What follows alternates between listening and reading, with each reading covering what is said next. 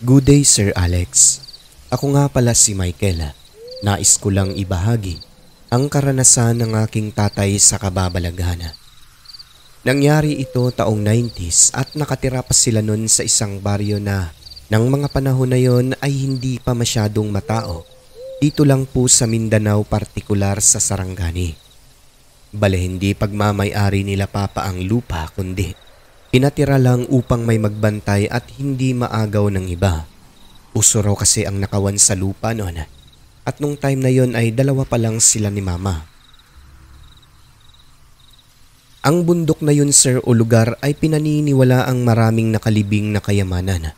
Katunayan, may kabaryo kaming nakahukay daw ng mga ginto sa araruhan. Kaso dahil walang alam kasi nga, hindi naman daw kulay dilaw ang mga bagay na yon, parang mga bato lang na sobrang itim at rectangular ang shape. Niloko daw sila ng mga taong kumausap sa kanila. Kinuha lahat ng mga bagay na yon at biglang naglaho. Nalaman na lamang nila sa huli na ang nakapaloob pala sa mga batong yon ay ginto sa kadahilan ng merong natira sa kanila na isa. Naibenta nila yon at malaking pera din ang nakuha nila. Paano na lang daw yung napakarami na ninakaw ng kausap nila, di ba? So yun na nga, maraming naghangad nun na sana makakuha rin ng ginto, isa na ang aking tatay. Ilalarawan ko lang. Yung bahay namin ay nakatirik sa ilalim ng napakalaking puno ng mangga. Siguro kung tatansyahin, nasa mga 3 tao ang kailangang mag-akap nun. Ganun siya kalaki. Hindi lang isang mangga kundi 4 na malalaki na pasquare ang pagkatanim sa buong lugar. Kung baga bawat kanto ng nasasakupang lupa. Sa gitna naman na bahagi ay may malaking puno ng akasya na ilang dekada na rin sa tingin nila ang edad. Pinaniniwalaan ng mga tao na mga tanim daw yun ng mga Hapon noon. Ayon sa aking mga magulang, yung lugar namin, sir, ay maraming kababalaghang nagaganap tulad na lamang ng mga may nagpapakitang San Telmo sa puno ng akasya. Kung minsan nagmumula ito sa taas ng puno ng mangga, lumulutang papunta sa puno ng akasya at naglalaho sa malaking ugat nito. May mga pagkakataon naman na bigla-bigla na lang nagkakaroon ng usok sa may puno ng akasya na yon, kung minsan tuwing hating gabi. Inakala pa nga ng aking mga magulang nang minsang mapag-usapan nila ito na baka fogs lang. Sabi naman ni Papa ay malabong mangyari yon kasi doon lamang sa mismong puno. At isa pa, parang usok siya na nagmumula sa mga damo o mga dahon na hindi pa natutuyo. May mga pagkakataon din naman na nakakarinig ang mga magulang ko na parang may naglalakad sa labas kung minsan kapag madaling araw na. Pero ang nakakatakot sa kwento nila, sir, yung sinasabi nilang kumakatok daw kung minsan sa may bintana namin ng hating gabi. Ang bintana, sir, ay mataas yon kasi may silong. Kaya malabong normal na tao ang kumakatok doon. Nang dahil sa mga pangyayari simula noon, napapaisip ang aking mga magulang na maaaring pinamamahayan ng engkanto ang malalaking puno sa paligid ng bahay. Hanggang sa sumagi sa isipan ni tatay na baka merong nakalibing na kayamanan sa ilalim ng puno ng akasya, kung kaya sa pagnanais na makahanap din ng ginto at makaahon sa kahirapan. Minsan, pasikreto siyang naghukay sa tabi ng punong yon. Bakit doon niya napili? Ay dahil nasa gitna ito ng 4 na mangga na pasquare ang pagkatanim.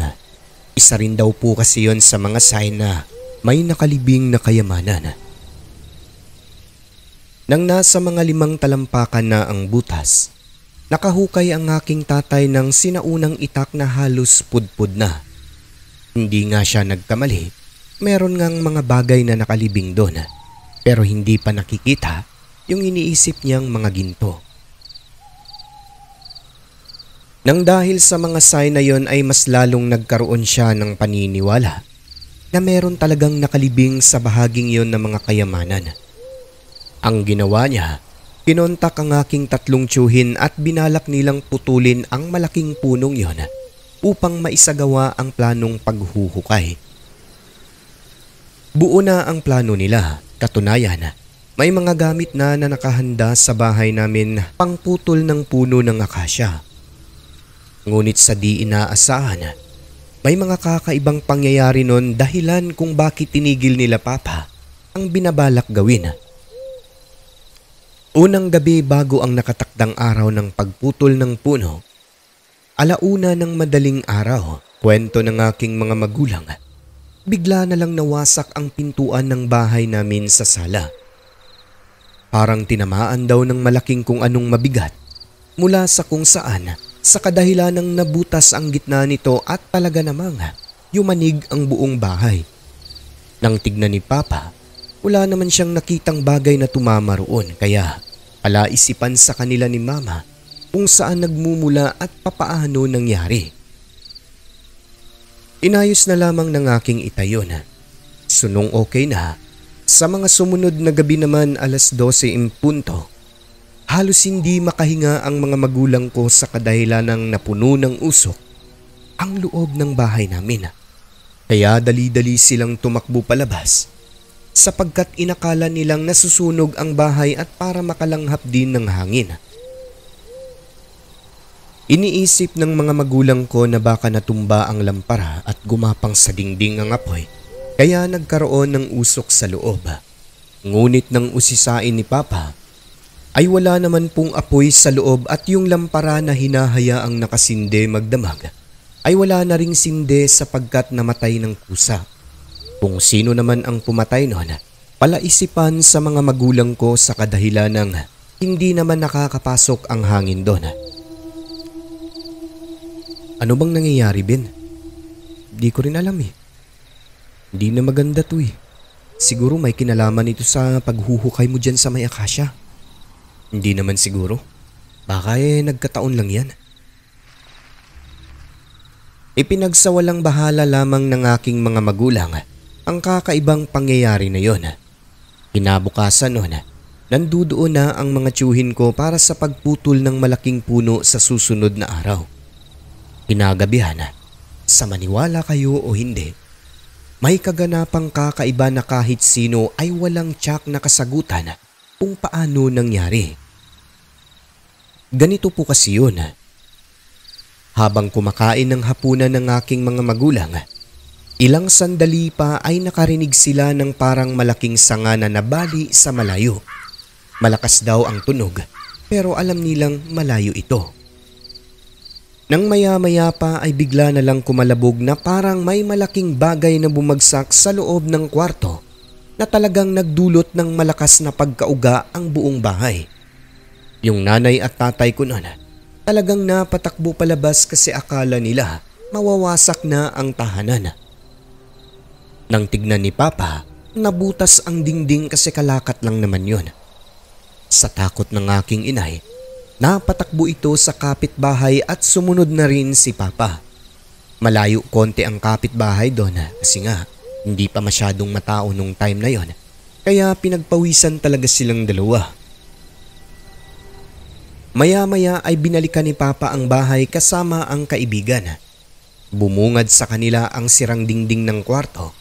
At ang problema pa, hindi maalis-alis yung malaking kahoy sa loob kasi sobrang bigat at malaki raw talaga ito. Kaya hinayaan na lamang nila at kinabukasan na inalis sa pamamagitan ng pagputol-putol.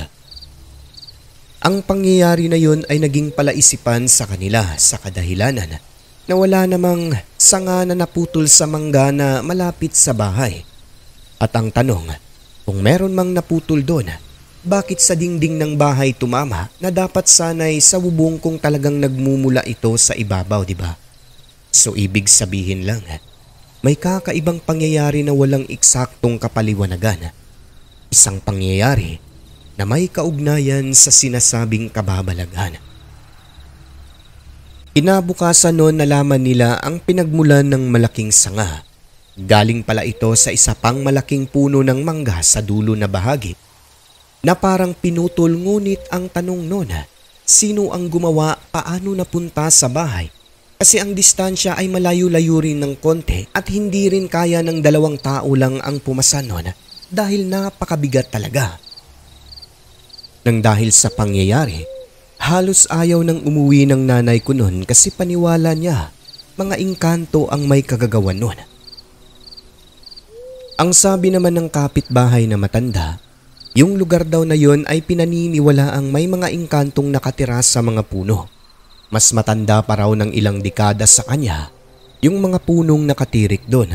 Nagalit daw siguro ang mga engkanto kasi nga may binabalak gawin si Papa, dahilan kung bakit ginagambala sila. Kung ako sa inyo, itigil nyo na lang yung ginagawa nyong paghukay-hukay dyan. Baka mapahamak pa kayo ng asawa mo eh.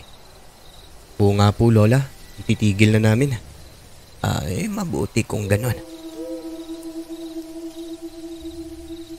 Matapos noon ay nagtawag sila ng albularyo at pagkapunta sa lugar kaagad nitong nalaman ang puno't dulo.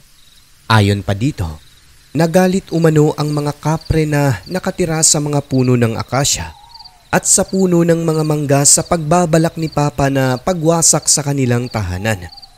Nang dahil doon, ay kaagad nagdesisyon ang aking mga magulang na itigil na ang planong paghuhukay dahil sila ang mapapahamak kapag ipagpapatuloy nila ito base na rin sa pahayag ng manggagamot. Kaya hayon natigil ang lahat.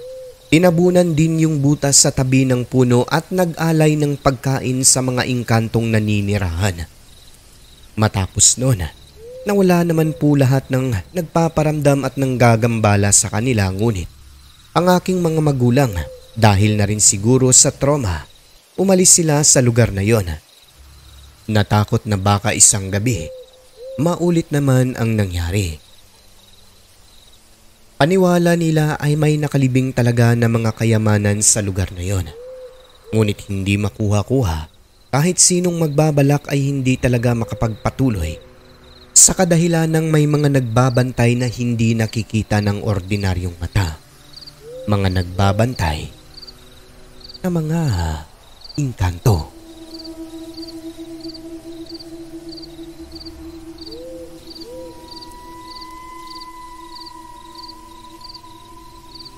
At yun lang po sir ang kwento ng aking itay. Hanggang sa muli, Michael ng Baryo Bukid.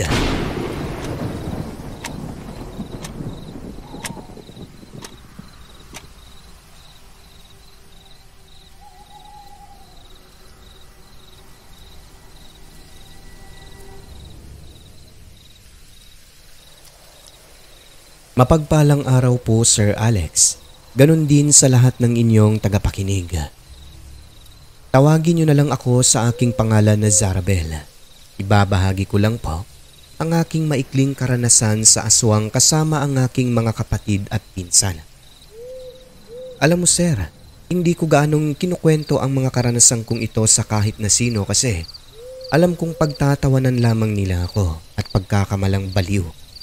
Kahit nga yung ibang pinsan ko kapatid ko, hindi talaga naniniwala, sa halip ay kinakantsawan pa ako. Kaya naisipan kong ibahagi sa inyo ngayon ang nakakapanindig balahibong kwento. Ipinanganak at lumaki kami sa isang lugar sa probinsya ng Iloilo. Noong mga bata pa lang kaming magkakapatid at magpipinsan, madalas naming naririnig mula sa bibig ni Lola ang mga kwentong may kaugnayan sa kababalaghan, lalo na ang nilalang na kung tawagin ay aswang. Naalala ko pa, sabi niya, kapag gumagabi na yun daw ang panahon kung kailan lumalabas ang mga nilalang na ito, lalong-lalo na kapag bilog ang buwan. Ewan ko ba matatakutin ako sir sa dilim, pero hindi kumbinsido na totoo o umiiral ang mga aswang. Taong lumilipad may pakpak, parang sa pelikula lamang yon nangyayari. Hindi naman masasabing isa ako sa mga taong to see is to believe kasi pagdating naman sa usaping mga engkanto at kaluluwa ay mas naniniwala pa ako. Yan ang dahilan kung bakit natatakot ako sa mga madidilim na lugar nung mga bata pa kami. Pero aswang sa isip-isip ko pa pananakot lang ng nanay at lola. Gaya nga ng nasa isip ko, lumaki na lang kami ng aking mga pinsan at kapatid ay hindi naman po nakakita ng sinasabing aswang. Kaya hindi talaga nakumbinse na totoo ang mga nilalang na ito. Hanggang sa nag-edad ako ng 12 anyos, Sir Alex. Dito ko talaga napatunayan sa aking sarili mismo na hindi haka-haka at hindi kwento-kwento ang tungkol sa mga aswang. Dahil ako mismo nasaksihan ng aking dalawang mata ang nakakakilabot na pangyayaring ito. Yung lugar namin dati ay madilim dahil walang poste ng ilaw sa kalsada. Kukonti lang din ang may kuryente sa mga bahay-bahay dahil karamihan nun ay gasera lang ang gamit. Kaya kapag pumupunta kami sa mga tindahan, sama-sama talaga kaming magpipinsan o kaya magkakapatid dahil nakakatakot din ang daan. Maaga po kaming naghahapunan. Kadalasan, maliwanag pa kumakain na sa mesa para hindi o maiwasan yung mga insekto na lumilipad na kung minsan ay humahalo sa pagkain kapag nagsindi ng gasera. So eto na nga, 6:00 pasado ng gabi naglalaro kami nun sa labas ng bahay sa may apoy kasama ang aking pinsan na kapitbahay lang din namin nun at 2 kapatid. Maya-maya ay tinawag kami ni Mama at nagpabili siya ng gawgaw na hinahalo dati sa mga damit na kulay puti. Ako, kapatid kong babae at lalaki, at pinsang si Boyboy ay kaagad na nagtungo sa tindahan na pagmamay-ari lang din ng tiyahin namin. Doon kasi sa baryo, may mga kamag-anak kami pero hindi dikit-dikit ang bahay. Yung iba ay sa kabilang kalye, yung iba naman ay walking distance lang. Yung tindahan naman po ay malapit lang din mula sa bahay namin. Excited kaming 4 noon dahil binigyan kami ng tig-piso-piso na pambili rin ng candy. Yung isang kapitbahay namin doon na madadaanan papuntang tindahan ay nagkakantahan sila gamit ang gitara dahil may nagdiriwang yata na kaarawan sa kanila. At yun na nga po, sobrang liwanag ng buwan ng gabi na yon, tipong kita mo talaga ang paligid, Sir Alex. Pagkabalik namin, habang naglalakad patungo sa aming tahanan ay nagbibiroan. Yung isa kong pinsan, puro pananakot lang ang nalalaman. Bago kami makarating doon sa may nagdiriwang ay tumahimik na kami habang naglalakad. Pagtapat mismo sa tahanan ng mga ito, sa maniwala kayo o hindi, kitang-kita ng aking 2 mata ang isang taong may pakpak sa himpapawid galing sa kung saan lumilipad. Dumiretso sa may bubong at parang lumapag sa may likuran na bahagi ng bahay ng kapitbahay namin na yon na mayroong nagdidiwang ng kaarawan. Sa labis na takot, napakaripas ako ng takbo ng walang salita-salita.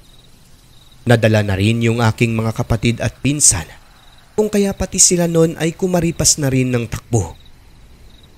Nagtatawanan pa ang mga ito kasi buong akala nila wala lang, nagbibiro lang ako sa kadahilan ng hindi nila nakita yung aking nakakapangilabot na nasilayan.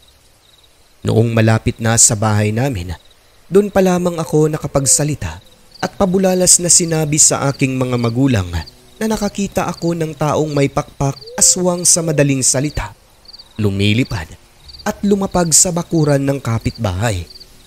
Sa umpisa ay parang hindi sila naniniwala, ngunit dahil nanginginig talaga ang aking katawan noon, nakaihi pa sa salawal, naniwala na rin sila.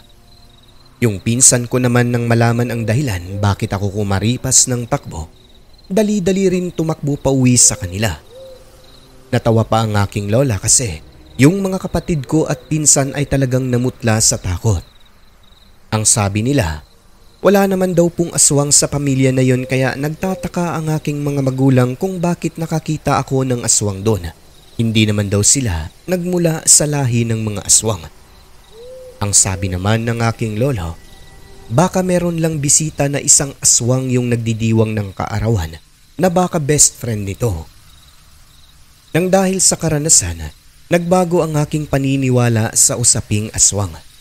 Sabihin man nilang ako'y baliw, pero ang masasabi ko na lamang, Sir Alex, gaya ng madalas na kinukwento ni Lola noong kami mga bata pa, totoo at umiiral ang mga nilalang na ito sapagkat ako mismo nasilayan ng 2 mata ko. Hindi haka-haka, Hindi tsismis at mas lalong hindi gawa-gawa. Ang mga aswang ay tunay at umiiral. At yun lang po sir ang aking maikling kwento tungkol sa aswang. Isang nakakapanindig balahibong karanasan nang makakita ng lumilipad na aswang.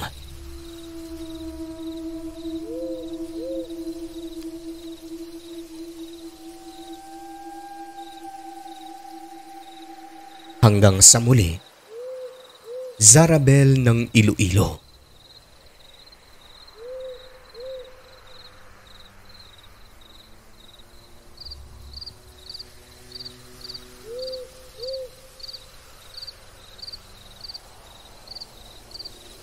Ang mundo ating ginagalawan, nababalot ng kahiwagaan na tanging ang Diyos lamang ang siyang may kasagutan. Ako po si Alex. Magandang gabi.